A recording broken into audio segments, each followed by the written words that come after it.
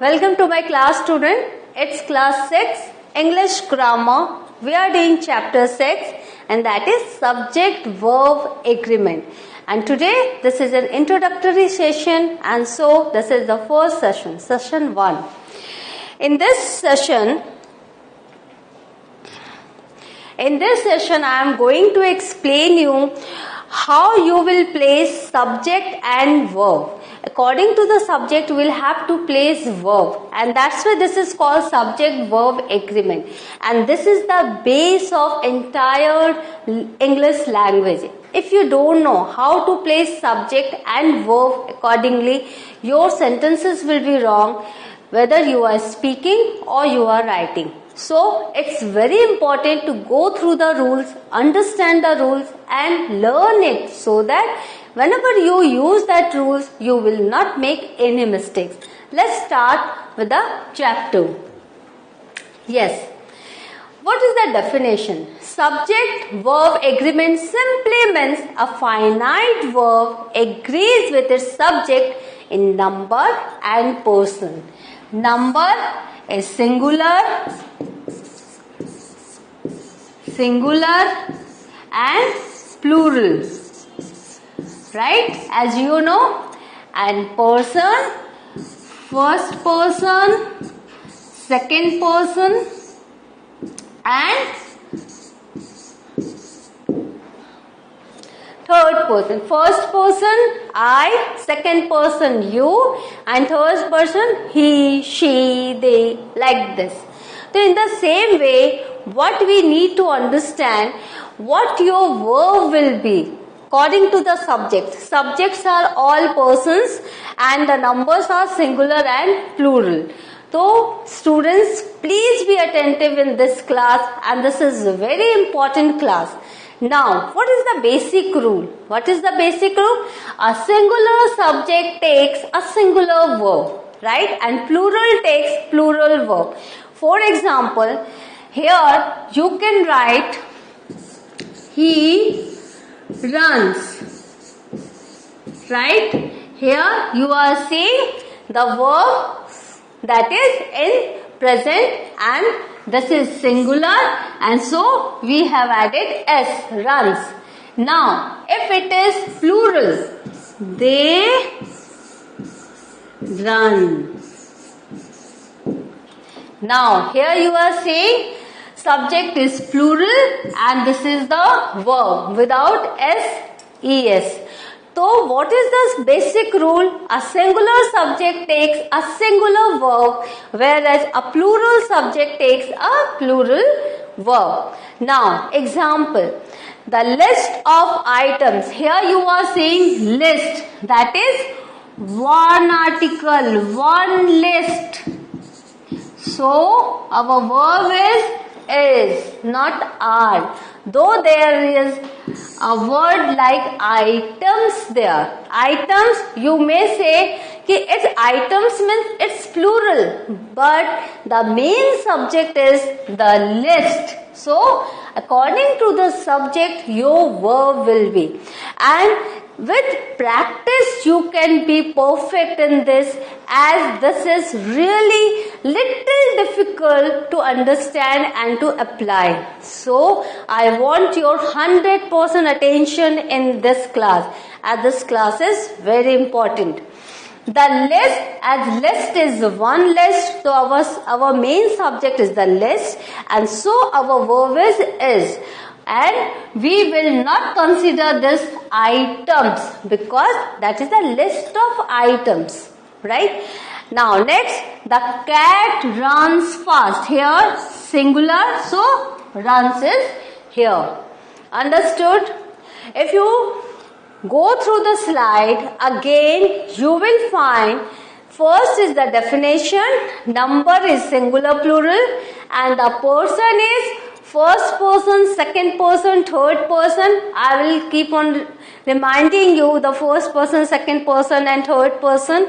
And the basic rule is singular subject goes with singular verb, plural subject goes with plural verb. Now, what is the rule? What are the rules? There are many rules. First rule, a subject comes before a phrase beginning with of. Suppose there is a subject which comes before of, right? This is a key rule for understanding subject. How will you understand the subject? Subject is not necessary only your proper noun, although there may be different types of subject. So you will have to find in the phrase the word of. Whatever comes before the word of, these are subject. For example, a bouquet of yellow roses. You should not consider yellow roses. You should consider before of, this is a bouquet. Remember, this is a clue. This is your, this is the way of understanding or knowing the subject. Before of, whatever the word is, that is your subject. According to that subject, you will have to place verb. Now, a bouquet of yellow roses lands as this is A. A means 1. Try to understand. A bouquet of yellow roses. So, according to a singular, here is the verb lends. We have used SES. As you know, with the singular, we use in verb SES. Now, a course of lectures. Course. A course of. With the article, you come to understand this is a singular thing. A course of lectures, that's why was arranged. It's not were, because after of it's lectures. But I have told you, as the rule says, before of, whatever is there, that is your subject under consideration. I hope you have understood. Next, second rule. Two singular subjects connected by or, either or neither nor require a singular verb. Why? Because or, that is optional. Either or means one person will do the thing, not the both. If you are not getting both words, that means your subject is singular.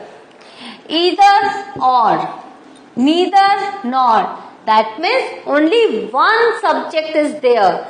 So, your verb is singular verb. For example, my aunt or my uncle. Not both. Either my aunt or my uncle. That's why only one. So, we have written is arriving today. Understood? Though there are two subjects, but only one is arriving. So, we will have to write the verb according to the subject, and that is. Now, neither Sheila nor Catherine is available. No one is available, so neither Sheila nor Catherine. Right? Either Kiana or Kiara is responsible for fraud. So, we are not sure whether both of them, only one is responsible for fraud. The either Kiana or Kiara. See, two subjects, but with either or, neither nor, yeah, or. The verb is always singular. Is. Understood? Hope you have understood the rule. Now, but when one of the subjects joined by or nor is plural, what? Suppose here in the earlier slide you have seen both the proper noun, they are singular. But if one of the subjects is plural, then what will happen? Then the verb must be plural and the plural subject must be placed nearest the verb. That means either or, then after or neither nor, after nor, before the verb, that plural subject will have to be placed. For example, the farmer or his sons. This is plural in number. Farmer is singular.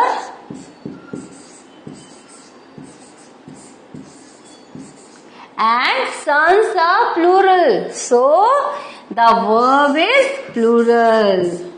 Plow only, not plows.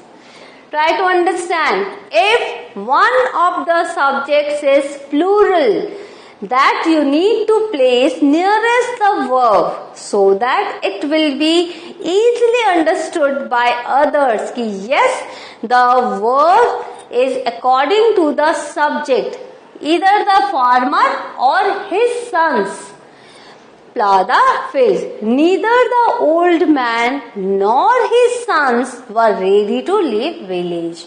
So, nor his sons, again the plural subject. So, here were is here, not is or was.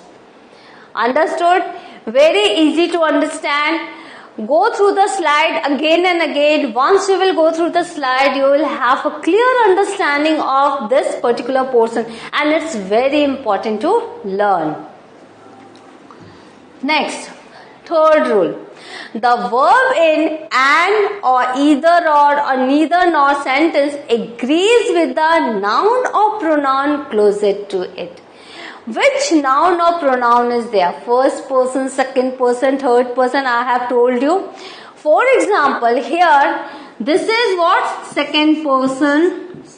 I is the first person. And what is the basic rule? According to the number and person, your verb will be. So here, neither you nor I, with I we use am. So, am here. It's not are. Understood? So, am will be here, not are. Either he or you. You. So, are to blame. Not according to he, that is. No. What is the verb? What is the person? That you will have to use, that you will have to consider for that verb, a subject verb agreement. Agrees with the noun or pronoun closest to it. Closest to what? Verb. Right? Neither you nor he is to blame. Here, as he is here, so is. It's very easy to understand. Now, once after 3 slides, you must have getting an understanding of how it works. First rule, second rule and third rule. Now, if I is one of 2 or more subjects, it could lead to this odd sentence. Always remember, if I is there, I verb is always am, right? So, if you write this type of sentence, neither she, my friends, nor I, then your verb will be am, as you know, according to the rules. But if you change the sentence like that, neither she, I, nor my friends, then are going to the festival.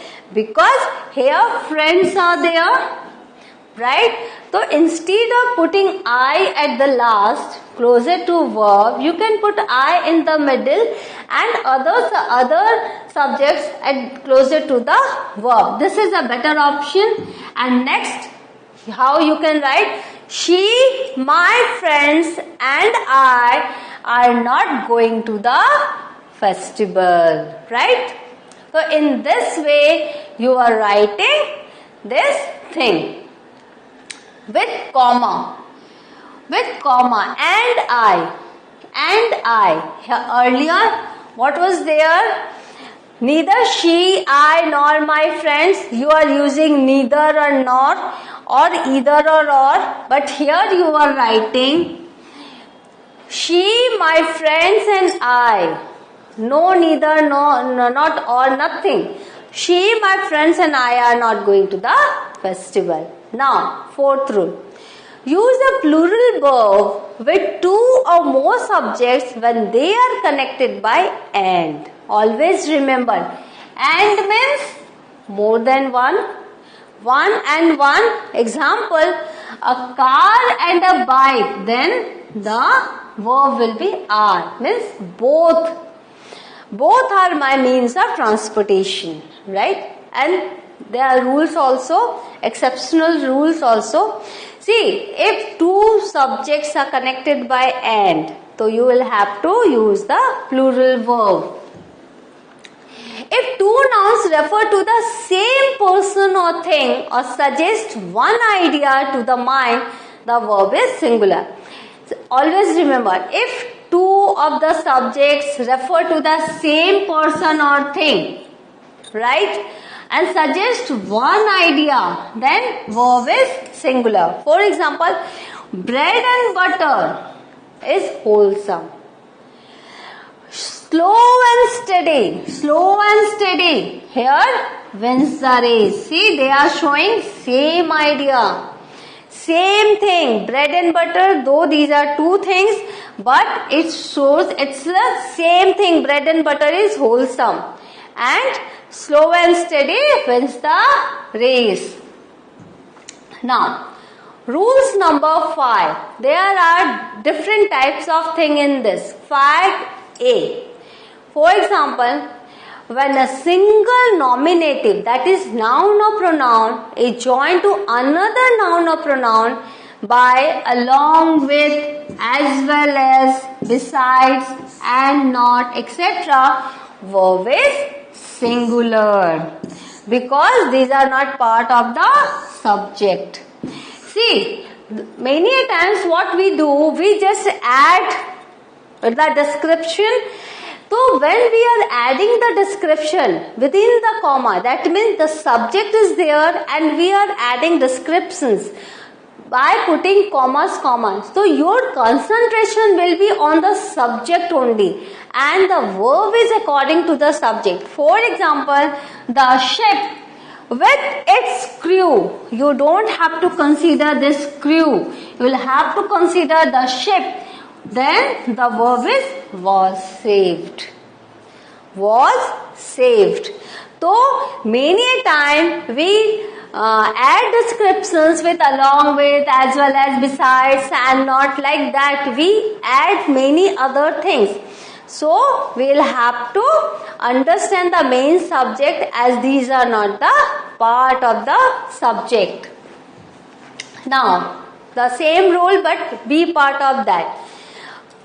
Parentheses are not part of the subject. What is parenthesis? These are, for example, Joe and his trusty mutt was always welcome. The thing is that within the commas, within the inverted, within the brackets when we write something, we do not have to consider that for verb agreement. We'll have to consider only the subject. So here parentheses are not part of the subject, such as Joe. So within the bracket we have written the other things. So the consideration is only the subject Joe, and that is singular. So our verb is also singular. Now when two subjects are joined by as well as, the verb agrees in the number and person with the first one, not with the verb, not with the subject that is closer to the verb. For example, the verb agrees with the first one. They say, he as well as they was present, not were present. He, because it is considered with, it is written with as well as. He as well as they was present. So this is the rule. If the subjects are joined by as well as, the verb agrees with the first subject. Here this is the first subject, and so verb is singular. Now rule number 6. In sentences beginning with here or there, the true subject follows the verb. You will have to find out the true subject. For example, there are 4 hurdles to jump. What is the subject here? Hurdles. So, what is the number? 4. So, this is plural. So, we have verb plural. Now, there is a high hurdle. A singular, hurdle, singular. So, verb is also singular. Then, here are the keys. Keys is plural. So, verb is also plural. So you will have to understand with here and there, the main subject, the true subject you need to understand, and then according to that you need to place verb. Rule number 7. Use a singular verb with distances, periods of time, sums of money, etc. when considered as a unit. As one thing. For example, 3 miles is too far to walk. Here we are considering 3 miles as a single unit. So our verb is also is. 5 years is the maximum sentence for that offense. $10 is a huge price to pay. Here you are seeing distance. Here you are seeing periods of time. See, this is distance, this is period of time, and this is the amount of money. Yeah, money, sum of money. So $10 is a high price to pay. When we are considering these things as one unit, only then the verb will be singular. Now rule number 8. With words that indicate portions, little of the portions, for example, a lot of water, majority of people, some of them, all of them, then if the noun after of is singular, as I have said you how to find the subject of, then, but if the noun after of is singular, use a singular verb. If it is plural, use a plural verb. Here it is after of, not before of. See, a lot of the pie, because a lot of is their portion, so you don't have to subject is not here before the of, subject is after the of, and according to the subject your verb will be. So as this is singular, so it is has, and lot of the pies plural, then this is have. Right? Very easy to understand, but you will have to go through the slide again and again and to read continuously the chapter so that you will get this type of thing. Now, none. It's very confusing, none. None has been both singular and plural since the Old English. If in context it seems like a singular to you, use a singular verb, and if it seems like plural, then you will use plural. For example, none of his poems are now read. We are not getting any of his poems. So, none of his poems. Now, was there any letter for me? There was none for you. No letter for you. So, here none is according to the subject, that is singular. Here none is, verb is according to the subject, that is plural. Now, rule number 9. With collective nouns, very important, with collective nouns such as group, jury, family, audience, population, the verb is always sometimes singular, sometimes plural. When singular, when we are considering the entire group as one, then singular verb. When we are considering the members of the group, then it's individually. When we are considering, then the verb will be plural. For example, singular when the collection is thought of as one whole. For example, the committee had issued its report. Entire committee has issued its report. We are not talking about the individual persons of the committee. We are talking about the committee as a whole unit. Now, if it is plural, when the individual of which it is composed of are thought of. For example, the committee are divided on one minor note. Each of them have different thoughts. So, the committee is divided. Someone is saying yes, someone is saying no. So, that is individually they are differing to each other. So, we will write the verb are. The staff are deciding how they want to vote. See, each person exercises the right to vote separately, individually. It's individual decision. So, we are not considering the staff as a whole one. We are considering as separate members of the staff. So, are is there. When the plural noun is a name for some single object or some collective unit, it requires a singular verb.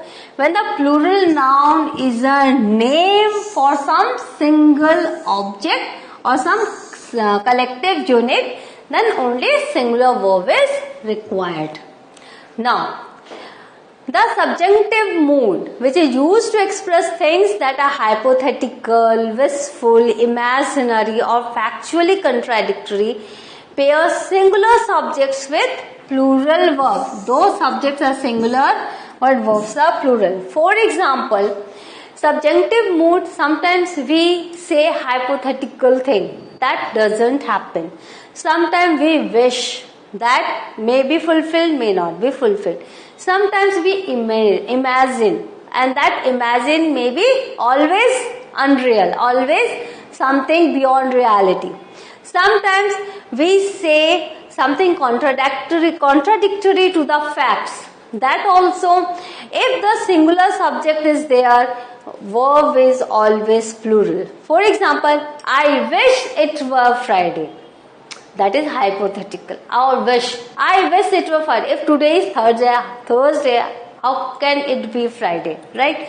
So I wish it were Friday. So though I am singular, but verb is plural. If Joe were here, you would be sorry. Joe is not here. If he would be here, that is, you are imagining. If Joe were here, you would be sorry. So verb is there.